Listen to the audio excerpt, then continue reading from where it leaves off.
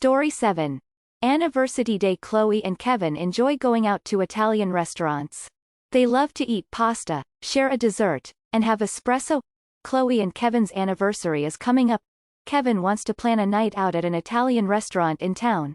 He calls a restaurant to make a reservation, but they have no tables available. He calls another restaurant, but they have no availability either. Kevin thinks and paces around the house. He knows that Chloe loves Italian food more than anything else. He knows that nothing makes her happier. But the only two Italian places in town are too busy. Kevin has an idea. What if he cooks Chloe a homemade Italian meal? Kevin pictures it. He puts down a fancy tablecloth, lights some candles, and plays romantic Italian music. Chloe loves when Kevin makes an effort. There's only one thing. Kevin isn't a good cook. In fact, Kevin is a terrible cook. When he tries to make breakfast, he burns the eggs. When he tries to make lunch, he screws up the salad. When he tries to make dinner, even the neighbors smell how bad it is. Kevin has another idea. If he calls up one of the restaurants before Chloe gets home and orders takeout, he can serve that food instead of his bad cooking. The day arrives. Chloe is still at work while Kevin orders the food, picks it up, and brings it back home. As he lays down the place settings, lights the candles and puts the music on, Chloe walks in. Happy anniversary. Kevin tells Chloe. He shows off their romantic dinner setting, smiling. Chloe looks confused. Our anniversary is tomorrow, Kevin. Kevin pauses, looks at the calendar and realizes she's right. He looks back at her. I guess it's always good to practice, he says. The end. Story 8. The Sun and the Wind. Once the Sun and the Wind happened to have a quarrel. Both of them claimed to be stronger. At last they agreed to have a trial of strength. Here comes a traveler.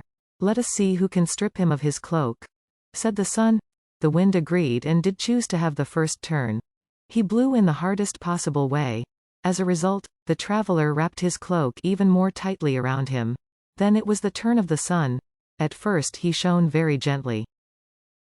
The sun went on shining brighter and brighter. The traveler felt hot. Before long he took off his cloak and put it in his bag. The Wind accepted his defeat. Story 9. Run and play. Lisa returns home. She cannot believe her eyes. Her kids, Amy and Ben, are in the living room. They run around the big and expensive table and shout. This game is enjoyed by them very much. Boy-girl Lisa stands and looks at them. This is what she sees and hears. Ben is asked to wait for Amy, but he does not wait. He continues to run. So Amy's request is changed. Now Ben is asked to help Amy. Ben stops and Amy is helped. Lisa is impressed.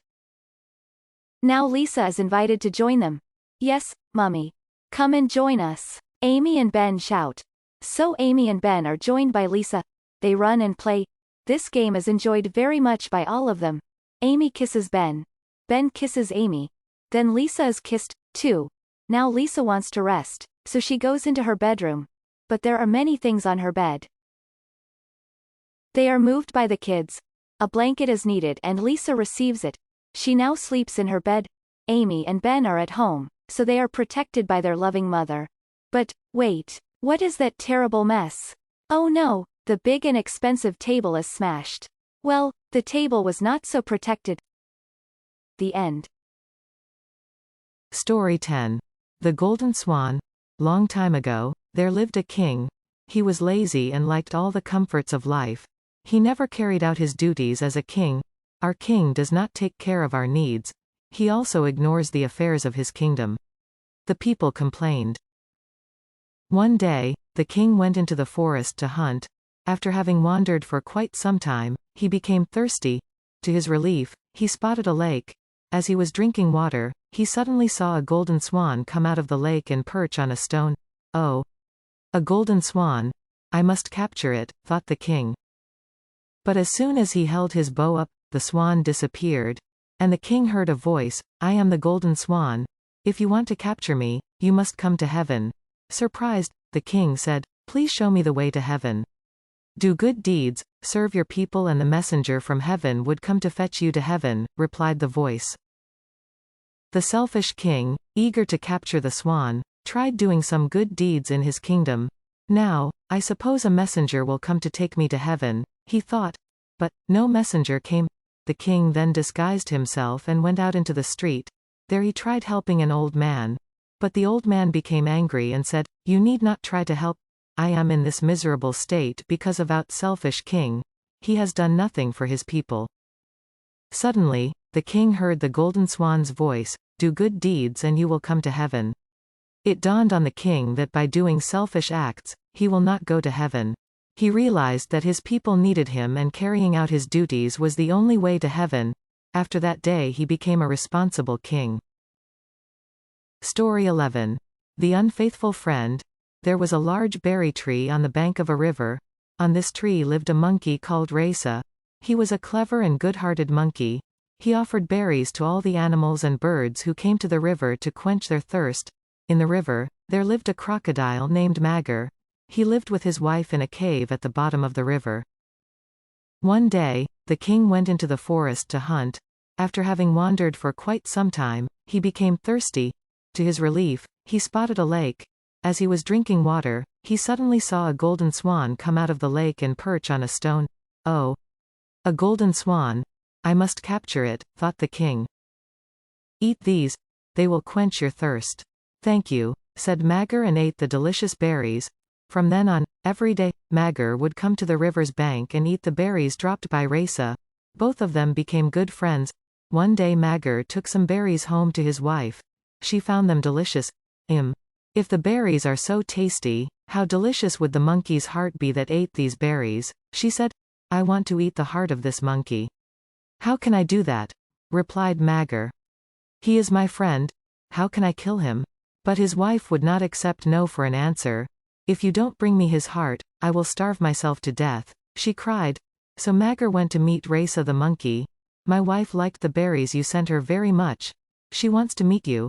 She has invited you home for dinner," said Magar to Raisa. "I would surely come," said Raisa, "but I cannot swim and you live in the river." "Do not worry," said Magar, "I will carry you on my back." Raisa readily jumped on to Magar's back. Magar began to swim away from the bank. On reaching the middle of the river, the crocodile began to dive underwater. "Hey! What are you doing?" panicked Raisa. "I told you I cannot swim." "Sorry my friend," replied Magar. "My wife wants to eat your heart. So I have to kill you," said Magar. Raisa realized that he was in grave danger. "Is it my heart you want?" he asked in an undisturbed voice. "Why did you not say so before? I would have gladly given it to you. We will have to go back because I usually leave my heart back at home when I go out." The foolish crocodile immediately turned around and swam back towards the bank. Raisa immediately jumped down from Magar's back and bounced up the berry tree. "You are a fool, Magar. How could I be alive if I left my heart behind? You have been an unfaithful friend. Our friendship is over," said Raisa. The end.